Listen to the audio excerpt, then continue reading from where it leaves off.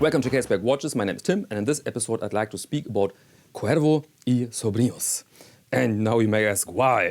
Why do you want to do that? Nobody knows this name, at least in Europe. Nobody knows the name Cuervo y Sobrinos. So very strange, very strange decision. But it was during the video about the Tissot banana. There, I had this dream about a special edition, especially for me, the Tissot Flamingo, made of pink gold with very fancy features. And then a viewer said, there's a company with a product very similar to this, and check them out, Cuervo y Sobrinos. And I thought, Cuervo y Sobrinos, this sounds a little bit like one of those made-up fashion brands. You know, you have your outlet filled up with Alibaba shit, cheap, and you want to sell this pricey to the masses, and then you make up some fashion brands. And I thought this first, but then I've checked the website and I saw their tank, and I was I was very excited. I was stunned by the design. And then I've contacted their press department, and a very, very kind gentleman wrote back. Apologies for the bad order of their press department, but he managed to send me some information about the watches and the company, some images, and so it was a fruitful conversation. And yeah, and now I can tell you this, Cuervo y Sobrinos is by no means a fashion brand. In fact, it's a very old Cuban brand, and it was founded 1882 by Ramon Cuervo, together with his nephews, and the word nephew is sobrino in Spanish. Founded 1882, his shop in Havana, and he was a jeweler. He was not necessarily a watch dealer, he was a jeweler.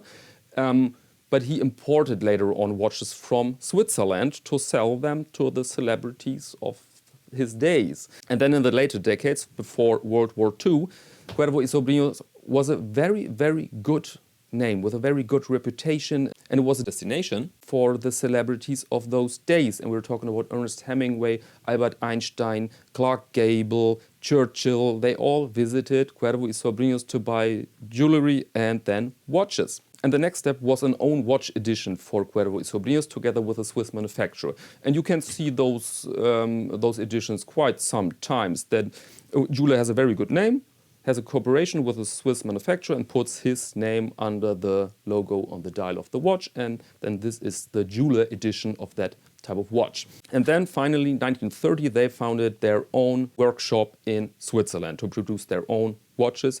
And since then, they are a manufacturer of watches, and the HQ of the company is still in Switzerland. And since then, their claim is Swiss-made with Latin heritage. And now I get it. I mean, the first time I've heard that, it was a little bit strange, like Chinese pasta sauce or whiskey from Japan. By the way, in fact, there is great whiskey in Japan. I'm not a whiskey drinker, but they told me that the Japanese produce great whiskey, and so I think makes sense in a way. And in 2009, they've opened a museum in Havana to show their heritage and to show their history. So if you are in Havana one day, maybe it's worth a visit. And now let's talk about the watches. By the way, it's strictly against the policy of Caseback Watches presenting you here a brand without the watch in my hand. I'm wearing the Tissot banana, which I really love, but it would be great to present you here a Cuervo y Sobrinos. But I couldn't find one. I couldn't find one on the used market in Europe. It was impossible. They are so rare. And buying them new, this is pricey. I mean, you cannot purchase one under 2,000 euros. And I thought, let's wait a little bit. I searched eBay for 2 weeks, didn't find one. But by the way, I found another watch. The most beautiful watch in my collection, people say all the time, is my Oris Pointer date from the 90s with the blue subdial. Gorgeous watch, and I've never seen this watch, let's say, on eBay. And then I found it in Italy. And I bought it. I bought it instantly. Now I have two Oris Pointer dates. The same reference, same model. My girlfriend is wearing it right now, and now I don't know what to do with it, to be frank. I don't need those two watches. Maybe I should sell it on the channel, or I don't know. I haven't cleared my mind. I will, but now I have two of these gorgeous watches. Let's carry on with Cuervo y Sobrinos. The first watch I want to present you is the Prominente Solo Tiempo.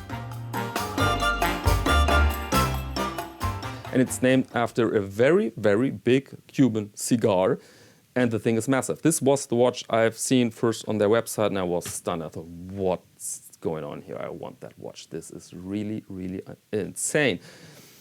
And yeah, where to start? Let's start with the dial. I mean, we have this wonderful gouache effect on the dial. You have the numerals in this certain order, inspired by the 30s. Very, very distinctive and beautiful in my eyes.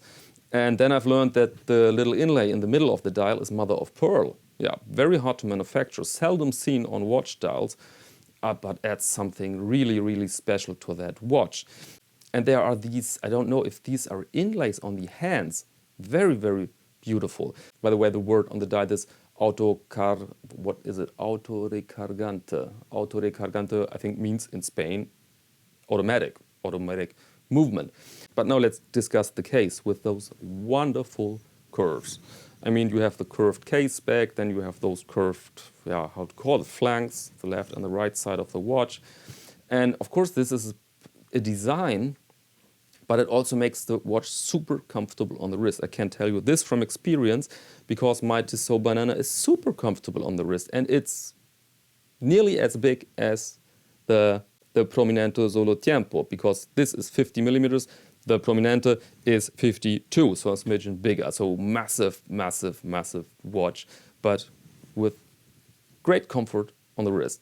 And we have to see those oversized tanks. They are not modern monstrosities. There is a tradition producing those big tanks back then. I think they've started to produce, or they started with a plan to produce a curved watch. But in a curved watch, you have a problem with if you only have big movements. And back then they had only big movements. We're talking about the 30s here, or even earlier, or the 20s. And so they had to fit this rather big movement in the case. And so they needed a big case. And then they thought then, wow, this is a really big watch we've produced here, but at the same time, it's fun to wear. It's a great, great look in my eyes. Really great. I really love that watch. And so you can imagine how happy I was to study this Prominente Solo Tiempo model. Very, very beautiful thing. Okay, do we have to speak about the movement? Okay, it's an ETA. It's an ETA. I mean, they call it, what was it? Let me check my notes. CYS 51202, excuse me.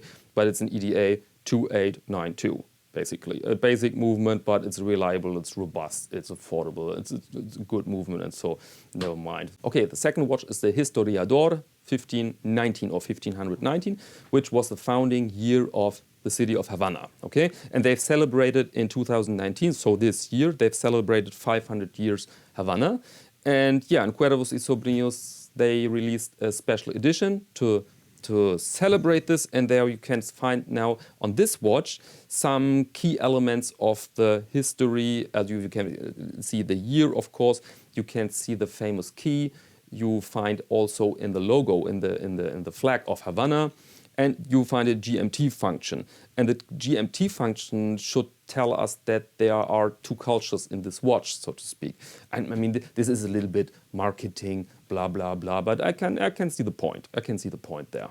And the Historiador is, again, really, really, really distinctive design, very rich, very, I don't know how to put that. I'm really stuck here how to name this certain style.